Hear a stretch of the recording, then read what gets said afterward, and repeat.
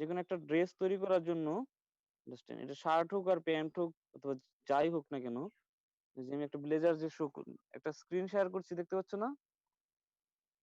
হুম? এই ব্লেজারটা তৈরি করার জন্য মেইন র মেটেরিয়ালস প্রয়োজন হবে তোমার ফেব্রিক। হ্যাঁ? এন্ড ফেব্রিক দিয়ে কি শুধু আমরা একটা ড্রেস তৈরি করতে পারবো? হ্যাঁ, ফেব্রিকের সাথে আরো রিলেভেন্ট কিছু ম্যাটেরিয়াল লাগবে। আন্ডারস্ট্যান্ড? ওই যে সকল ম্যাটেরিয়াল তোমার হচ্ছে অ্যাপারেল এর সাথে বা গার্মেন্টস এর সাথে পার্মানেন্টলি অ্যাটাচ করা থাকে, সুইং করে অথবা অল্টারনেটিভ মেথড অফ সুইং করে, এদেরকে বলা হয় হচ্ছে ট্রিমিংস। হ্যালো? যে সকল ম্যাটেরিয়ালস তোমার হচ্ছে মেইন ফেব্রিক বাদে গার্মেন্টস এর সাথে বা অ্যাপারেল এর সাথে পার্মানেন্টলি জয়েন করা থাকে, এদেরকে বলা হচ্ছে তোমার ট্রিমিংস। বুঝতে পারছো? হ্যাঁ, ট্রিমিংস। আর যে সকল ম্যাটেরিয়াল শুধুমাত্র প্যাকেজিং পারপাসে তোমার হচ্ছে গার্মেন্টস এর সাথে অ্যাটাচ করা হয়, প্যাকেজিং পারপাসে, এগুলা হচ্ছে অ্যাক্সেসরিজ। মেইন ফেব্রিক বাদে যে সকল ম্যাটেরিয়ালস তোমার হচ্ছে তোমার প্যাকেজিং পারপাসে ব্যবহার করা হয়, তাদেরকে বলা হয় কি অ্যাক্সেসরিজ। এন্ড এই ব্লেজারটা প্যাকেজিং পারপাসের জন্য আমার কি কি লাগবে? প্যাকেজ আমরা যখন মার্কেটিং করি, হ্যাঙ্গার লাগবে। হ্যাঙ্গার হ্যাঙ্গার লাগবে না? তারপরে তো পলি ব্যাগ লাগবে। পলি ব্যাগ, তারপর প্রাইস টিকেট লাগে। তো এগুলা কি আমরা ব্যবহার করি? ব্যবহারের সময় থাকে যখন তুমি এই ব্লেজারটা পরিধান করবে বা গায়ে দিবে, কিন্তু এগুলা আমরা ফেলে দেই। কিন্তু পারপাসটা কিসের জন্য? আমার হচ্ছে এই প্রোডাক্টটা প্যাকেজিং এর সুবিধার জন্য, তাই না? যখন আমরা আল্টিমেটলি বিক্রি করব বা এক স্থান থেকে আরেক স্থানে ট্রান্সপোর্ট করব, তখন হচ্ছে এই প্যাকেজিং পারপাসে গার্মেন্টস কে তোমার প্রোটেক্ট করার জন্য বা ট্রান্সপোর্ট ইজি করার জন্য, এবং গার্মেন্টস এর মধ্যে কোনো ময়লা টলা যাতে না পড়ে, এই সকল পারপাসে যে সকল ম্যাটেরিয়ালস ইউজ করা হয় তাদেরকে বলা হয় অ্যাক্সেসরিজ। আর যেগুলো তোমার হচ্ছে মেইন ফেব্রিক বাদে যে সকল কম্পোনেন্ট বা যে সকল ম্যাটেরিয়ালস অ্যাপারেল এর সাথে পার্মানেন্টলি অ্যাটাচ করা থাকে, তাদেরকে বলা হচ্ছে তোমার কি ট্রিমিংস। যেমন এই যে ব্লেজারের ক্ষেত্রে তোমার এটা তো আমাদের হচ্ছে আগে একটা কমপ্লিট ফেব্রিক ছিল, ফেব্রিকটা আমরা কাটিং করে ছোট ছোট পিস করি, এই পিস গুলা বা কাট পিস গুলো আমরা জয়েন করে এই ব্লেজারটা তৈরি করতে পারছি। দেখেন, এই জয়েন করার জন্য আমার ফার্স্ট প্রয়োজন ছিল সুইং থ্রেড। আন্ডারস্ট্যান্ড? তারপরে এই জায়গায় বাটন দেখতে পাচ্ছ সামনে, তোমরা দুইটা দেখতে পাচ্ছ না বাটন? এই বাটন, হ্যাঁ। তারপর তোমার হচ্ছে হ্যাঁ, লেবেল দেখা যাচ্ছে। আর এক্সপোর্ট ওরিয়েন্টেড প্রোডাক্টের জন্য যে সকল প্রোডাক্ট আমরা বাইরের দেশে বিক্রি করি, ওই সকল প্রোডাক্টের জন্য তোমার লেবেল ম্যান্ডেটরি। হুম? তারপরে তোমার হচ্ছে ব্লেজারের তোমার হচ্ছে ওই ভিতরে কিছু ফেব্রিক থাকে, ২ ফেব্রিকের ভিতরে। এদেরকে বলা হয় ইন্টার লাইনিং। তারপর তোমার এই যে ব্যাক সাইডে যে দেখা যাচ্ছে তোমার শাটিন ফেব্রিক বা সিল্কি ফেব্রিক, এটা হচ্ছে এটার নাম হচ্ছে লাইনিং। তো এটাও তোমার হচ্ছে একটা ট্রিমিংস। তো যে সকল ম্যাটেরিয়ালস তারপর তোমার হচ্ছে মেইন ফেব্রিক বাদে অ্যাপারেল তৈরি করার সময় অ্যাপারেলের সাথে পার্মানেন্টলি অ্যাটাচ করা থাকে, এদেরকে বলা হচ্ছে তোমার ট্রিমিংস। যেমন তোমার এই যে শোল্ডার প্যাড আছে, বুঝতে পারছো? তাহলে আমরা ব্লেজার ট্রিমিংস এর সংজ্ঞা বলতে পারবো এইভাবে: to make or produce apparels except the base fabric, the other materials which are attached with the apparels by swing or alternative method, of joining for functional purpose, sometimes decorating purpose, is termed as trimmings. Understand? অর্থাৎ যে সকল তোমার একটা apparel তৈরি করতে গেলে বা প্রস্তুত করতে গেলে তোমার হচ্ছে মেন ফেব্রিক বাদে যে সকল অন্যান্য উপাদানগুলা অ্যাপারেলের সাথে তোমার সুইং করে অথবা সুইং এর বিকল্প মাধ্যমে অ্যাপারেলের সাথে জয়েন করা হয়, তাদেরকে বলা হচ্ছে ট্রিমিংস। বুঝতে বুঝতে গেছে? স্যার অ্যাক্সেসরিজটা আবার একটু যদি বলতেন। অ্যাক্সেসরিজ গুলো হচ্ছে যে ব্লেজারটা দেখালাম, হ্যাঁ। ব্লেজারটা যখন তুমি বাজারে বিক্রি করবে বা আমরা যখন বাজার থেকে কিনি, তখন এটা তোমার হচ্ছে ওই প্রাইস টিকেট থাকে না যে কোনো প্রোডাক্টের সাথে? হ্যালো? জি স্যার। তারপরে তোমার দেখবা হচ্ছে হ্যাঙ্গার থাকে। হ্যাঙ্গার থাকে ব্লেজারের ক্ষেত্রে। জি স্যার। তার বিভিন্ন রকমের হ্যাংটেগ থাকে। বিভিন্ন রকমের কি থাকে? হ্যাং হ্যাংটেগ থাকে। অর্থাৎ তোমার দেখা যায় কোম্পানির নাম-টাম এরকম মোটা কাগজের মধ্যে তোমার ওই পিন দিয়ে অথবা তোমার হচ্ছে সুতা দিয়ে ঝুলানো থাকে। দেন হচ্ছে পলি ব্যাগ দিয়ে র‍্যাপিং করা থাকে। বক্স থাকে, টিস্যু পেপার থাকে, আলপিন থাকে, সিলিকা জেল থাকে। এগুলো কিসের জন্য ব্যবহার করা হয়? ওই প্রোডাক্টটা প্যাকেজিং করার জন্য এবং হচ্ছে বিক্রি করার পারপাসে। এখন তুমি যখন এই ড্রেসটা পরিধান করবে, তখন কি এই প্রোডাক্ট এই ম্যাটেরিয়াল গুলো অ্যাপারেল এর সাথে থাকবে? হ্যালো? যখন আমরা না ড্রেসটা স্যার। পরিধান করি, তখন কি ম্যাটেরিয়াল গুলা আল্টিমেটলি আমাদের অ্যাপারেল এর সাথে থাকবে? তুমি হ্যাঙ্গার সহ ড্রেস পরতে পারবা? পলিথিন সহ ড্রেস না পরতে স্যার। পারবো? না তারপর স্যার। প্রাইস টিকেট কি তোমার ঝুলবে? যদি ঝুলে থাকে তাহলে মানুষ কি বলবে? পাগল বলবে। যে ঠিক আছে প্রাইস টিকেট ঝুলতাছে তারপর হ্যাং ট্যাগ ঝুলতাছে। এইজন্য হচ্ছে জি, এটা হচ্ছে জাস্ট আমাদের প্যাকেজিং পারপাস এ এবং হচ্ছে তোমার মার্কেটিং পারপাস এ তোমার যে সকল ম্যাটেরিয়াল ইউস করা হয়। কিন্তু আমরা যখন পরিধান করি তখন এগুলো ফেলে দিতে হয়। এইটা হচ্ছে তোমার অ্যাক্সেসরিজ। আর ট্রিমিংস গুলা অবশ্যই তোমার কি থাকবে? অ্যাপারেল এর সাথে পার্মানেন্টলি অ্যাটাচ থাকে। বুঝা গেছে? জি স্যার। অ্যাক্সেসরিজ টা হচ্ছে তোমার আমরা ড্রপ আউট করে দেই, অর্থাৎ ফেলে দেই। আর ট্রিমিংস টা তোমার হচ্ছে অ্যাপারেল এর সাথে পার্মানেন্টলি থাকবে। সংজ্ঞা শেয়ার করছি। দেখতে পাচ্ছ? হ্যালো? ওই যা বললাম এতক্ষণ ওই কথাগুলোই।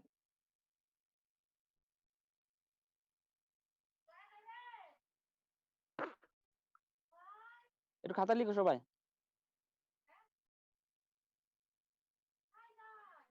কারো কোনো প্রশ্ন আছে ট্রিমিংস অ্যাক্সেসরিজ সম্বন্ধে? হ্যালো?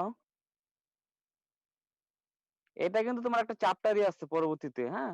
এটা নিয়ে আমরা আমাদের হচ্ছে যে প্রত্যেকটা তোমার যে ট্রিমিংস আছে এগুলো আবার ইলাবোরেটলি ডিসকাশন করতে হবে। তোমার এই button, zipper, label, interlining, lining, তারপর শোল্ডার প্যাড, লেস, ইলাস্টিক, বুঝছো? তারপরে সিকোয়েন্স যা আছে আমার সবই তোমার হচ্ছে আবার বিস্তারিত আলোচনা করতে হবে পরে নেক্সট। আর এখন আমরা শুধু ডেফিনেশন গুলো পড়তেছি। কারো কোনো প্রশ্ন আছে?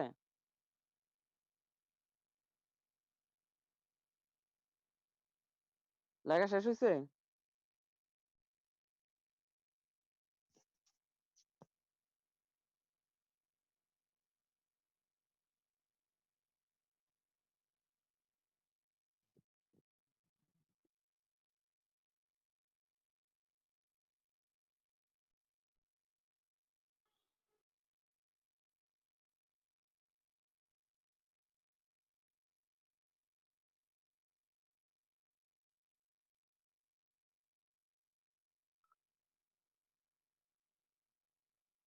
এখন তোমার আরেকটা কোশ্চেন থাকে what is trimmings, what is accessories, এটা তো আছেই।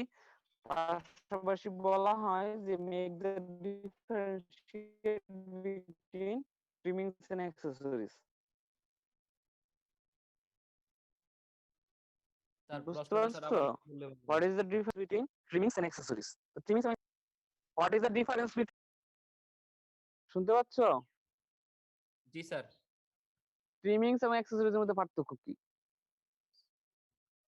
তো এই ক্ষেত্রে তোমরা যেটা হয় ফার্স্ট ডেফিনিশন লিখবা, তারপর লিখবা যে trimmings is used for functional purpose. Understand? Generally trimmings is used for functional purpose. আর অ্যাক্সেসরিজ হচ্ছে তোমার প্যাকেজিং পারপাস ইউজ করা হয়। Understand? Accessories is used for packaging purpose, তারপর এক্সাম্পল দিবা। আর লিখবা যে হ্যাঁ, দেন আরেকটা লিখবা যে ট্রিমিংস সাধারণত তোমার হচ্ছে অ্যাপারের সাথে পার্মানেন্টলি অ্যাটাচ করা থাকে। আর অ্যাক্সেসরিজ হচ্ছে আমাদের যখন আমরা প্যাকেজিং বা মার্কেটিং করব তখন থাকে, কিন্তু আমরা যখন পরিধান করব, যখন আমরা ঠিক আছে এটা আলটিমেটলি পরিধান করব তখন এগুলা ফেলে দিতে হয়। আন্ডারস্ট্যান্ড? কিন্তু অ্যাক্সেসরিজ গুলা তোমার থাকবে। আর ট্রিমিংসটা মেইনলি তোমার দুই পারপাস ইউজ করা হয়। একটা হচ্ছে তোমার ফাংশনাল পারপাস, সামটা হচ্ছে ডেকোরেটিভ পারপাসে। আন্ডারস্ট্যান্ড? কিসের জন্য? একটা হচ্ছে তোমার ফাংশনাল পারপাস, অনেক সময় তোমার ডেকোরেটিভ পারপাসে ব্যবহার করা হয়।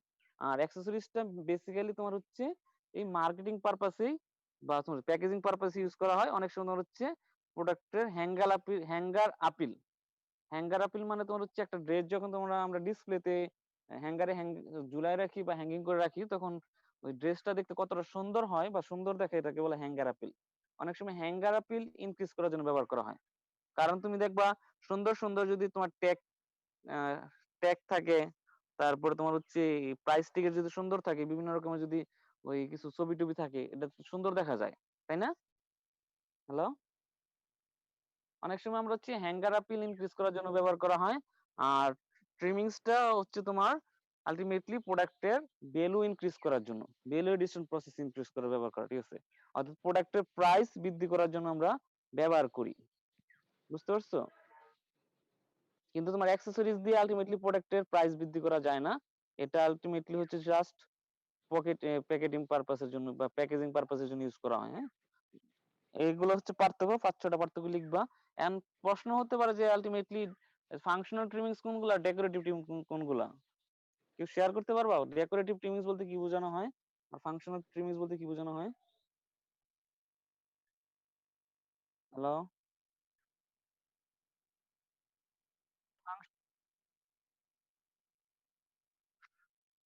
হ্যাঁ, ফাংশনাল মানে যেগুলা হচ্ছে ম্যান্ডেটরি লাগবেই।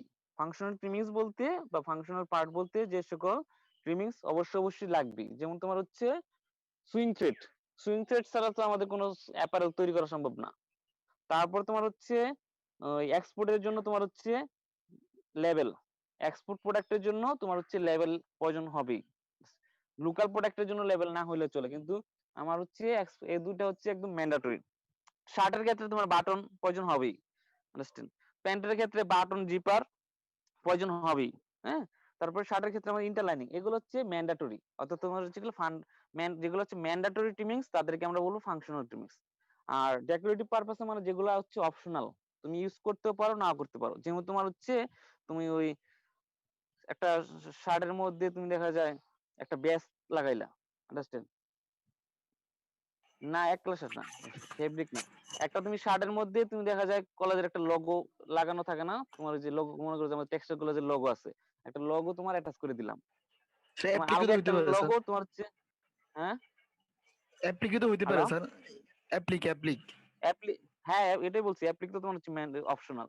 ওই একটা যে ব্যাজটা থাকে, মনে করো যে আমাদের কলেজের একটা ব্যাজ আছে। ব্যাজটা আমরা অ্যাটাচ করে দিলাম। তো এটা হচ্ছে তোমার এটা অ্যাটাচ না করলেও কিন্তু ড্রেসটা কমপ্লিট থাকে। অ্যাপ্লিকটা যদি আমি নাও অ্যাটাচ করি তাও কিন্তু ড্রেসটা কমপ্লিট। আন্ডারস্ট্যান্ড? শুধুমাত্র হচ্ছে প্রোডাক্টের সৌন্দর্য বৃদ্ধি করার জন্য ইউজ করা হয়। তারপরে এই যে সিকুইন ইউজ করতে হয়। মেয়েদের তুমি দেখবা হচ্ছে ড্রেসে অনেক সিকুইন থাকে। হুম? এই যে আমার যে একটা ড্রেস দেখাচ্ছি, এর বটমে তুমি নিচে লেস হ্যালো? একটা ড্রেস দেখতে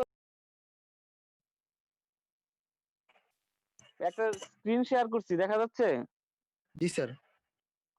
যে এটা তুমি দেখো বটমে এক ধরনের কাপড়ে আছে, ব্রেড আছে, ব্রেড। ওই যে মেয়েদের যে দড়ি পাকায় না? ব্রেড বলে। বটমে, তারপর স্লিভে, তারপর হচ্ছে নেকে। এটা আল্টিমেটলি দেওয়ার উদ্দেশ্য হচ্ছে প্রোডাক্টটার সৌন্দর্য বৃদ্ধি করার জন্য।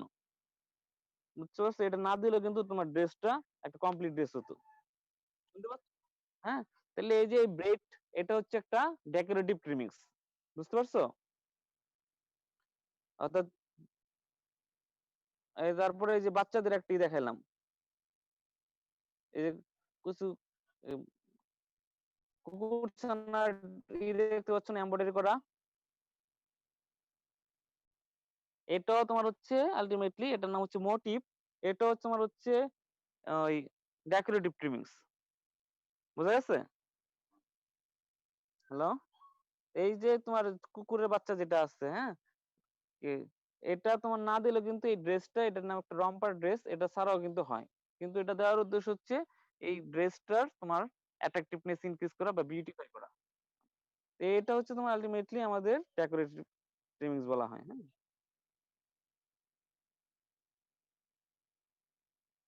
কারো প্রশ্ন আছে আর ট্রিমিংস অ্যাক্সেসরিজ নিয়ে?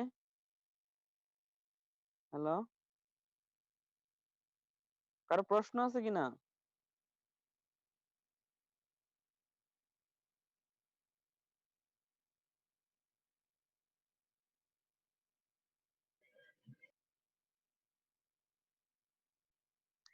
একটা ড্রেস দেখতে পাচ্ছ না? হ্যালো? ওই যে তোমার দেখো হ্যাঁ?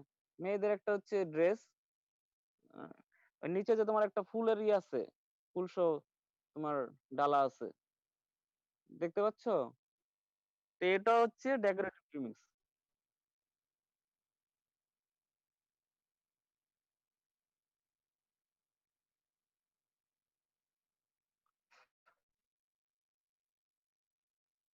আরেকটা ড্রেস দেখাচ্ছি, দেখা যাচ্ছে? এটার নাম কি? মেয়েরা বলো তো? হ্যালো? মেয়েদের ড্রেসে থাকে এগুলা।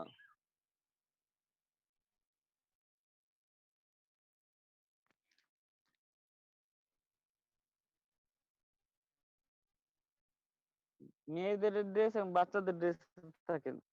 বাহ! হ্যালো হ্যালো, আর এগুলো চুমকি লাগানো আছে। এটা তো তুমি ইয়ে কইলা, এমনিতে টেক্সটের ভাষার নাম কি? সিকোয়েন্স। সিকুইন বলে এগুলোকে। হ্যাঁ, এই যে দেখতে পাচ্ছ রাউন্ড শেপের, প্লাস্টিকের হয়, অনেক সময় তোমার মেটালের হয়। এদের তোমার টেক্সটাইলের ভাষার নাম হচ্ছে তোমার সিকুয়েন্স। সিকুয়েন্স বলা হয়। হ্যাঁ, SEQUIN, সিকুইন। জি এটা স্যার। হচ্ছে, এগুলো তোমার হচ্ছে অপশনাল। তুমি এই সিকুয়েন্স ছাড়াও কিন্তু ড্রেস হয়। বুঝতে পারছো? তো এই যে এগুলো হচ্ছে আমাদের আলটিমেটলি ডেকোরেটিভ ট্রিমিংস।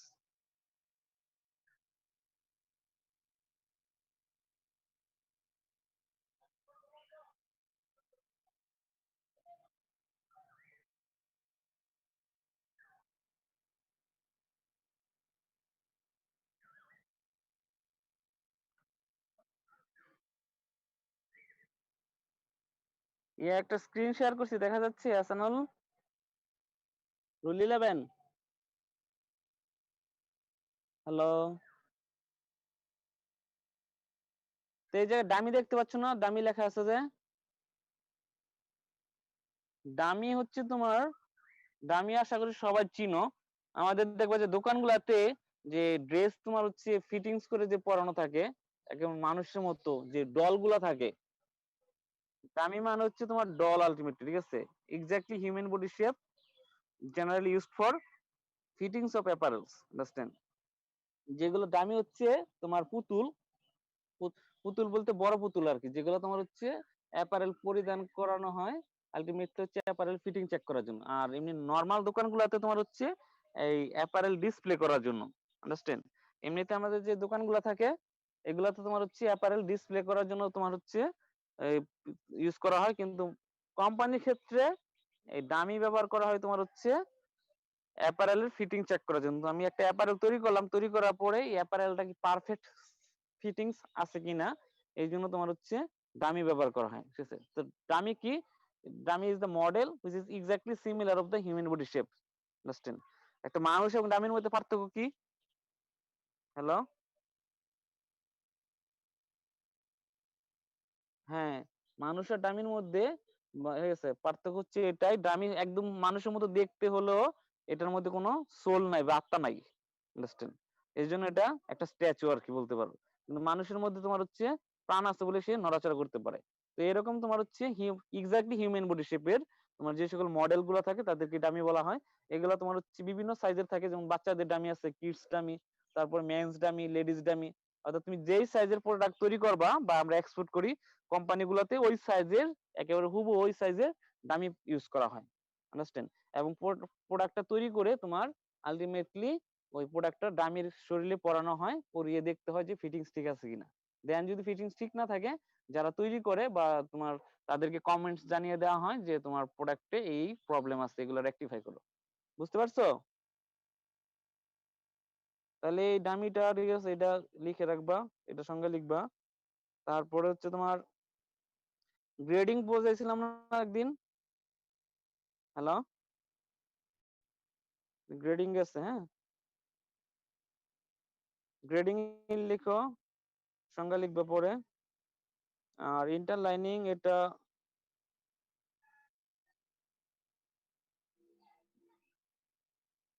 ইন্টারলাইনিং লেখো। হ্যাঁ, হ্যালো, ইন্টারলাইনিং এটা এক ধরনের নিজে ফেব্রিক।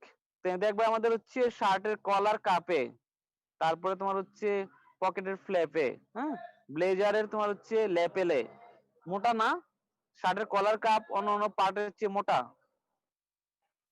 দেখবা যে শার্টের কলার কাপের ভিতরে আরেকটা ফেব্রিক থাকে, শার্টের কলার কাপের ভিতরে আরেকটা ফেব্রিক থাকে। শার্টের কলার তিনটা লেয়ার, একটা আউটার লেয়ার, একটা ইনার লেয়ার, একটা হচ্ছে মিডল লেয়ার। তো দুইটা ফেব্রিকের মাঝখানে যে ফেব্রিকটা থাকতেছে, যে ফেব্রিকটা আমরা সামনে থেকে দেখতে পাই না, পেছন থেকে দেখা যায় না, বুঝতে পারছো? বার্গারের মতো যেটা মনে করো ভিতরে যে জিনিসটা, ওই ভিতরে ফেব্রিকটাকে বলা হয় ইন্টারলাইনিং বা ইন্টারফেসিং বলা হয়, ইন্টারলাইনিং অথবা ইন্টারফেসিং। হ্যাঁ, শার্টের কলার কাপে দেখবা তোমার হচ্ছে মাঝখানে আরেকটা ফেব্রিক থাকে। এবং তোমার আমাদের পলো শার্টের প্লাকেট আছে না, পলো শার্টের প্লাকেটও তোমার একটা মাঝখানে ফেব্রিক থাকে। এই যে মাঝখানে যে ফেব্রিকটা, এটার নামই হচ্ছে তোমার ইন্টারলাইনিং।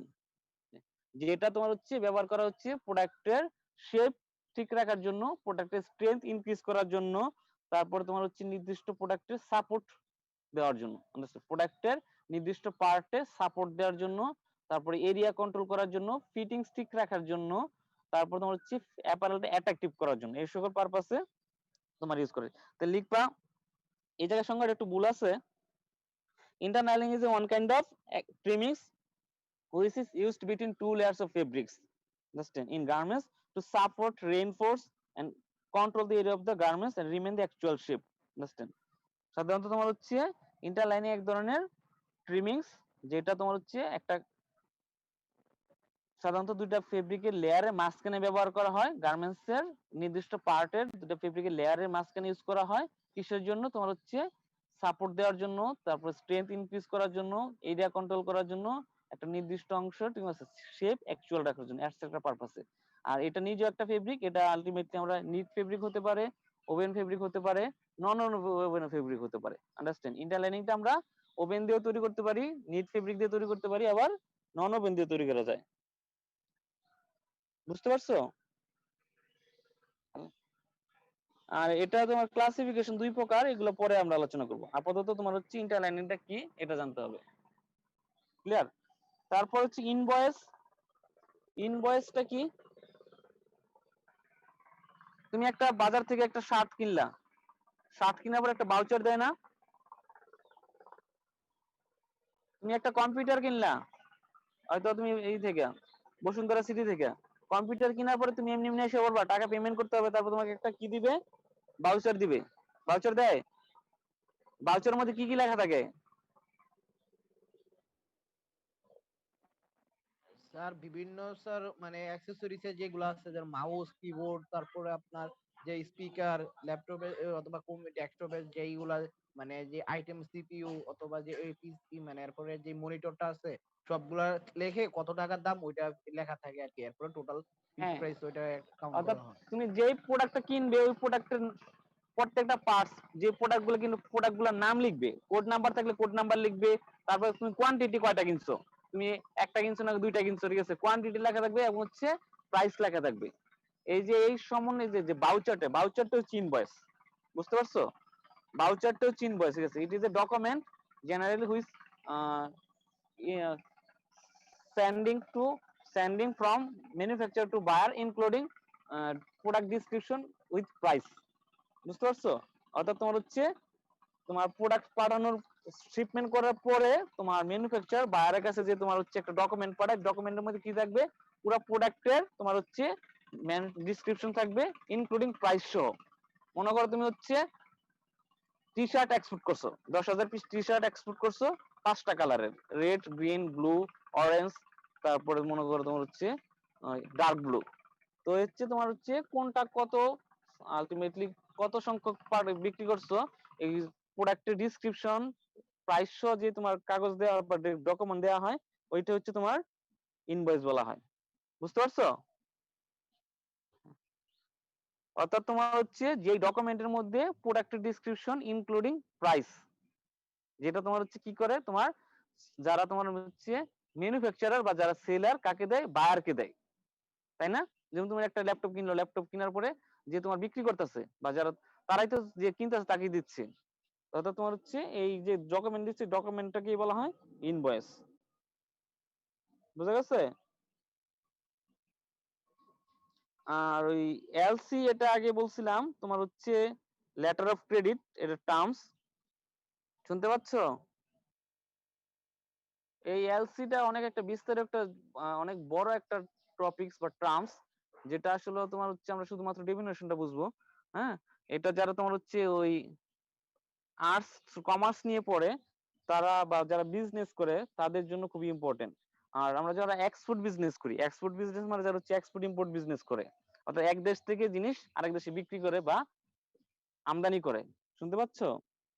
এখন তুমি মনে করো তুমি হচ্ছে বাংলাদেশি, তুমি প্রোডাক্ট বিক্রি করতেছো হচ্ছে জার্মানিতে। এখন তুমি জার্মানি যেই লোকের কাছে বিক্রি করবা, এই লোককে তুমি হয়তো ফেস চিনো, হ্যাঁ, কিন্তু তার ডিটেলস তো জানো না, আন্ডারস্ট্যান্ড, বা ডিটেলস জানো সে যে তোমার টাকা দিবে তার কোনো গ্যারান্টি আছে? হ্যালো? আবার তুমি বাংলাদেশি, ঠিক আছে, ওই জার্মানির লোক তোমার কাছ থেকে জিনিস কিনতেছে বা বিক্রি করতেছে, তুমি যে ওরা টাকা দিবে তার কোনো গ্যারান্টি আছে? মানুষের গ্যারান্টি নাই, কারণ আজকালকার যুগে মানুষের ঠিক আছে তোমার হচ্ছে মানুষ অতটা সৎ না। সৎ না, বিশ্বাস থাকলে ঠিক আছে, তুমি তোমার বিশ্বাস করলে কিন্তু তুমি অসৎ, তাহলে তোমার লাভ আছে? তো এই জন্য তোমার হচ্ছে এই ট্রানজেকশন করার জন্য, আন্ডারস্ট্যান্ড, ট্রানজেকশন করার জন্য তুমি এক্সপোর্ট ইম্পোর্ট যারা করে তাদের এক দেশ থেকে আরেক দেশে এই অর্থ আদান প্রদান করার জন্য, ঠিক আছে, দুই দেশে দুইটা ব্যাংক তোমার কানেক্টেড থাকে। তুমি মনে করো তুমি হচ্ছে বাংলাদেশি, তোমার একটা কোম্পানি আছে, তুমি ম্যানুফ্যাকচারার, আর তুমি প্রোডাক্ট বিক্রি করতেছো, তোমার হচ্ছে তুমি হচ্ছে ম্যানুফ্যাকচারার বাংলাদেশি, হ্যাঁ, আর তুমি প্রোডাক্ট বিক্রি করতেছো জার্মানির বায়ারের কাছে, পুমা বায়ারের কাছে। এখন যেহেতু তুমি ম্যানুফ্যাকচারার আর জার্মানির বায়ার যেহেতু তোমার হচ্ছে তোমার বায়ার, তার মানে তুমি প্রোডাক্ট বিক্রি করবে, সে প্রোডাক্ট পারচেজ করবে, তার মানে তোমার এই বায়ার তোমাকে টাকা পেমেন্ট করবে। এখন টাকা পেমেন্ট করার তো কোনো নিশ্চয়তা নাই, এই জন্য তোমার পক্ষ থেকে একটা ব্যাংক এবং ওই যে যে বায়ার তার পক্ষ থেকে একটা ব্যাংক এগ্রিমেন্ট করে, আন্ডারস্ট্যান্ড? হ্যালো, স্যার স্যার তোমার পক্ষ থেকে একটা ব্যাংক, হ্যালো, হ্যাঁ, স্যার মানে বিভিন্ন ব্যাংকে স্যার টেক্সটাইল ইঞ্জিনিয়ার নিয়োগ দেওয়া হয়, তারা কি মূলত স্যার এই কাজটাই করে থাকে? না, সরকারি ব্যাংকে তোমার টেক্সটাইল ইঞ্জিনিয়ার নিয়োগ দেওয়া হয়। বেসিক্যালি তোমার হচ্ছে প্রত্যেকটা ব্যাংকে একটা করে থাকে ব্লক পোস্ট। এরা তোমার হচ্ছে এই কোম্পানি, কারণ যারা ইন্ডাস্ট্রি করে তারা সরকারি ব্যাংক থেকে লোন নেয়, হ্যাঁ, এখন লোন নিতে গেলে তোমার আলটিমেটলি তার লোন যে নিবে, লোন নেওয়ার জন্য কিছু তোমার ডকুমেন্ট থাকে বা তোমার কিছু ক্রাইটেরিয়া প্রয়োজন হয়।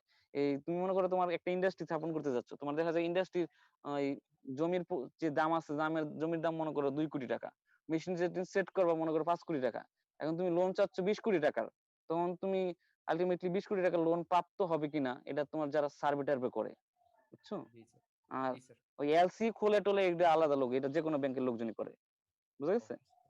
জি স্যার। হ্যাঁ, ওই তুমি বাংলাদেশি আর হচ্ছে ওই সে হচ্ছে জার্মানির, এখন তোমার পক্ষ থেকে একটা ব্যাংক আর জার্মানির পক্ষ থেকে ওই জার্মানির যে বাইরে থেকে একটা ব্যাংকের মধ্যে এগ্রিমেন্ট হয়, হ্যাঁ, ওই ওই লোক যদি তোমার বিট্রে করে তাহলে তোমার ওই ব্যাংক, জার্মানির ওই ব্যাংক তোমাকে টাকা পেমেন্ট করবে, বুঝতে পারছো? ওই পুমা বায়ার যদি বিট্র করে তাও কিন্তু তোমার হচ্ছে যেই ব্যাংক তোমার হচ্ছে ওই এগ্রিমেন্ট করলো ওই ব্যাংক তোমাকে টাকা পেমেন্ট করবে। এই যে এগ্রিমেন্ট হয় দুইটা ব্যাংকের মধ্যে, এই এগ্রিমেন্টটাই হচ্ছে তোমার এলসি, বুঝা গেছে? হ্যালো, হ্যালো, স্যার একটা প্রশ্ন ছিল। হ্যাঁ, এখন তোমার এলসি খুলতে গেলে তোমার হচ্ছে তোমার যারা এলসি খুলবে তাদের হচ্ছে কোম্পানির ফুল ডকুমেন্টস, তারপরে কি কি আছে এগুলো জমা দিয়ে এলসি খুলতে হয়। হ্যাঁ, প্রশ্ন বলো।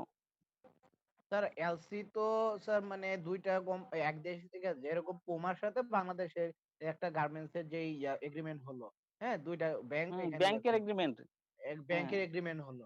এখন স্যার মানে হ্যাঁ, কিছুদিন আগে একটা শুনছিলাম যে 2010 কি 12 সালের দিকে ইন্ডিয়ার একটা কোম্পানি বাংলাদেশ থেকে সোয়েটার নিছে আর কি, প্রায় কত মানে অনেক মানে অনেক টাকারই, মানে 150-200 কোটি টাকার মতো।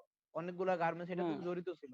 কিন্তু এলসি হুম। সুবিধা কি ওই সময় কি ছিল না? যদি ওরা নাকি বাংলাদেশে টাকা পেমেন্ট করে নাই, ফুললি পেমেন্ট করে নাই, এখন পেমেন্ট না করলে মানে কেন বাংলাদেশ ওই সুবিধা পাচ্ছে না যে একটা ব্যাংক থেকে আরেকটা ব্যাংকে যেহেতু এগ্রিমেন্ট আছে তাহলে আমি ওই ব্যাংক থেকে কেন টাকাটা পাবো না আরকি? না, এলসি তো তুমি এক্সপোর্ট ইম্পোর্ট বিজনেস করতে গেলে, লিগ্যাল ওয়েতে যদি বিজনেস করতে চাও তাহলে অবশ্যই এলসি খুলতে হবে। এখন তোমার হচ্ছে কিছুদিন আগে তোমার একটা লোক এই ফ্রড এলসি খুলছে, ব্যাংকে যারা জড়িত থাকে এরা বিভিন্ন ভাবে তোমার হচ্ছে মানুষকে তোমার চিটিং করতে পারে, কারণ এগুলো কিছু কাজ, কিছু ফাঁকিবাজিও থাকে, আন্ডারস্ট্যান্ড? যে তোমার হচ্ছে কিছুদিন আগে এক লোক এরকম ভুয়া এলসি খুলে দেখা যায় অনেক টাকা হাতিয়ে নিচ্ছে, এটা আলাদা জিনিস। আর যদি প্রপার ওয়েতে বিজনেস করে থাকে তাহলে অবশ্যই অবশ্যই তোমার হচ্ছে এলসির মাধ্যমে করলে তুমি টাকা পাবে আর কি, টুডে টুমোরো এগ্রিমেন্ট তোমার থাকলে আর কি, বুঝতে পারছো? আচ্ছা, ঠিক আছে। এখন জি ওই স্যার। ক্ষেত্রে ওরা, কারণ ইন্ডিয়া থেকে বাংলাদেশের ক্ষেত্রে বিজনেসের ক্ষেত্রে অনেক সময় তোমার লিগ্যাল হইতে হয় না, বুঝা গেছে? অনেক সময় তোমার লিগ্যাল হইতে হয় না তোমার, এখন ওই কেসটা আমি বলতে পারবো না কি কেসে তোমার হচ্ছে টাকা পেমেন্ট করা নাই, কিন্তু তোমার জেনারেলি এলসি করলে তোমার টাকা পাওয়ার নিশ্চয়তাটা থাকে, বুঝা গেছে? জি স্যার। হ্যালো, জি স্যার। কারণ ইন্ডিয়াতে আমরা অনেক সময় তোমার চোরাই পথে বিভিন্ন রকমের তোমার হচ্ছে জিনিস আনি, যেমন গতকালও তোমার হচ্ছে প্রায় 150 কোটি টাকার তোমার হচ্ছে 150 না প্রায় 3-4 কোটি টাকার ড্রেস তোমার উদ্ধার করছে তোমার ভারতের ওই ওই বঙ্গোপসাগর দিয়ে আসতেছিল বাংলাদেশে বিক্রি করার জন্য। হ্যালো, জি স্যার। বঙ্গোপসাগর দিয়ে তোমার হচ্ছে ভারতীয় কাপড় এবং ড্রেস বাংলাদেশে তোমার নিয়ে আসতেছিল, পরে ভারতীয় কাস্টমস কর্মকর্তারাই ওরা তোমার এটা জব্দ করতে পারছে। এরকম হচ্ছে তোমার কারণ হচ্ছে এলসির মাধ্যমে আনলে বা লিগালতে আনলে তোমাকে সরকারকে অনেক ট্যাক্স দিতে হয়। এই জন্য হয়তো বিভিন্ন রকম ফাঁকি টাকি থাকতে পারে, কিন্তু এলসি হচ্ছে দুইটা ব্যাংকের মধ্যে একটা এগ্রিমেন্ট। আলটিমেটলি যারা তোমার হচ্ছে ওই যারা বায়ার বা তোমার যারা হচ্ছে ঠিক আছে পারচেজ করে, তারা যাতে তোমার আলটিমেটলি যারা ম্যানুফ্যাকচারার বা সাপ্লায়ার তাদেরকে যাতে পেমেন্টটা এনশিওর করে এটা তোমার নিশ্চিত করা হয় এলসির মাধ্যমে মোটামুটি। আর এটা আরো অনেক বিস্তারিত, আপাতত তুমি এই কনসেপ্টটা নিয়ে থাকো, ঠিক আছে? দুইটা ব্যাংকের মধ্যে আচ্ছা ঠিক আছে স্যার। এক্সপোর্ট এবং একটা ইম্পোর্টার একটা যারা তাদের এগ্রিমেন্ট মধ্যে এগ্রিমেন্ট, হ্যাঁ, যে এগ্রিমেন্টে তোমার হচ্ছে যেটা তোমার হচ্ছে টাকা পাওয়ার এক্সপোর্টারের নিশ্চয়তা থাকে। এক্সপোর্টারের সাপোর্টে বা ইন ফেভারে তোমার হচ্ছে এগ্রিমেন্ট করা হয়, যাতে তোমার হচ্ছে বায়ার কোনোভাবে যদি ইয়ে করে তাও যাতে তোমার এই যে ব্যাংক এগ্রিমেন্ট সাইন করে ওই ব্যাংক যাতে তোমাকে টাকা পেমেন্ট করে। এই জন্য তোমাকে যে কোনো ব্যাংকের মাধ্যমে তোমার এলসি খুলতে হয়, নিজে নিজে এলসি খোলার কোনো সুযোগ নেই। বুঝতে পারছো? জি স্যার, থ্যাংক ইউ স্যার। তারপর হচ্ছে লাইন নাম্বার, নিচে একটা দেখো, ঠিক আছে, LIGNE, এই জায়গায় জিটা উচ্চারণ হয় না, এটা লাইন নাম্বারই বলা হয়, এটা ফ্রেঞ্চ ওয়ার্ড, এটা দেখতে পাচ্ছ? এটা জি এর উচ্চারণটা হয় না, এটা ফ্রেঞ্চ ওয়ার্ড। তো লাইন নাম্বার হচ্ছে একটা বাটনের ডায়ামিটার মেজারমেন্ট করার জন্য ইউনিট। একটা বাটনের ডায়ামিটার মেজারমেন্ট করার জন্য যে ইউনিট তাকে বলা হয় line number. One line equivalent হচ্ছে 0.63 বা 0.63 মিলিমিটার। একটু সবাই লিখো যে line number is the measuring unit of button which indicates the diameter of button. ঠিক আছে, line number is the measuring unit of button which indicates the diameter of the button. Generally, one line number সমান or equivalent 0.63 millimeter. লিখছো? Hello?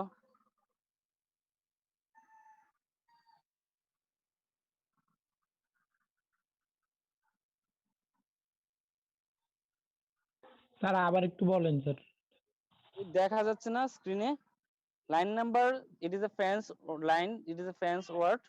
Line number indicate the measuring unit of the button, measuring unit of the button which indicates the diameter of the button. বাটনের ডায়ামিটারকে indicate করে, understand? আর line number দিয়ে তোমার একটা বাটনের size indicate করে গেছে, একটা সাইজ ইন্ডিকেট করে।